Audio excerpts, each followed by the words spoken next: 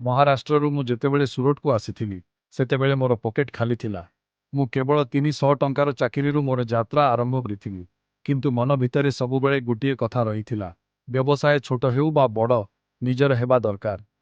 ଦିନ ରାତି କଠିନ ପରିଶ୍ରମ, ପ୍ରତ୍ୟେକ ଉତ୍ଥାନ ପତନ ସହିତ ଲଢ଼ି ଏବଂ ଆପଣମାନଙ୍କ ସମସ୍ତଙ୍କ ବିଶ୍ୱାସର ସହାୟତାରେ ସେହି 300 ଟଙ୍କାର ଯାତ୍ରା ଆଜି 250 କୋଟି ଟଙ୍କାର କମ୍ପାନୀ ହୋଇଯାଇଛି। ଆଜି ଆମର କମ୍ପାନୀ ଇସିତା ହାଉସ୍ ସୁରଟର ସବୁଠାରୁ ବଡ଼ କ୍ଲୋଥିଂ ମ୍ୟାନୁଫ୍ୟାକ୍ଚରର୍ସ ମଧ୍ୟରୁ ଗୋଟିଏ ଅଟେ, ଯେଉଁଠାରେ ଆମେ ଭଲ କ୍ୱାଲିଟିର ଶାଢ଼ୀ, କୁର୍ତ୍ତୀ ଏବଂ ଲେହେଙ୍ଗା ସିଧାସଳଖ ଫ୍ୟାକ୍ଟରି ରେଟ୍ରେ ତିଆରି କରୁ। ମୋର ବିଶ୍ୱାସ ଯେ ମୁଁ ଯେଉଁ ସ୍ୱପ୍ନ ଦେଖିଥିଲି ତାହା ଆପଣ ମଧ୍ୟ ପୂରଣ କରିପାରିବେ। ନିଜର କାମ ଆରମ୍ଭ କରିବାକୁ ବହୁତ ବଡ଼ ରାଶିର ଆବଶ୍ୟକତା ନାହିଁ। ଆପଣ କେବଳ 25ରୁ 30 ହଜାରର ଛୋଟ ନିବେଶରୁ ମଧ୍ୟ ଆପଣଙ୍କ ବ୍ୟବସାୟର ଆରମ୍ଭ କରିପାରିବେ। ଆଜି ଆମକୁ ଏହି କଥାର ଖୁସି ଅଛି ଯେ 10 ଲକ୍ଷରୁ ଅଧିକ ଲୋକ ଆମ ସହିତ ଯୋଡ଼ି ହୋଇ ଆତ୍ମନିର୍ଭର ହେଉଛନ୍ତି। ଯଦି ଆପଣ ମଧ୍ୟ ନିଜର କାମ ଆରମ୍ଭ କରିବାକୁ ଚାହୁଁଛନ୍ତି, ତେବେ କମେଣ୍ଟରେ ଡିଟେଲ୍ସ ଲେଖନ୍ତୁ। ଆମର ଟିମ୍ ଆପଣଙ୍କ ସହିତ ଯୋଗାଯୋଗ କରିବେ ଏବଂ ବ୍ୟବସାୟ ସମ୍ବନ୍ଧୀୟ ଅଧିକ ସୂଚନା ପାଇଁ ଆମକୁ ଫଲୋ କରନ୍ତୁ। ଜୟ ହିନ୍ଦ, ଜୟ ଭାରତ।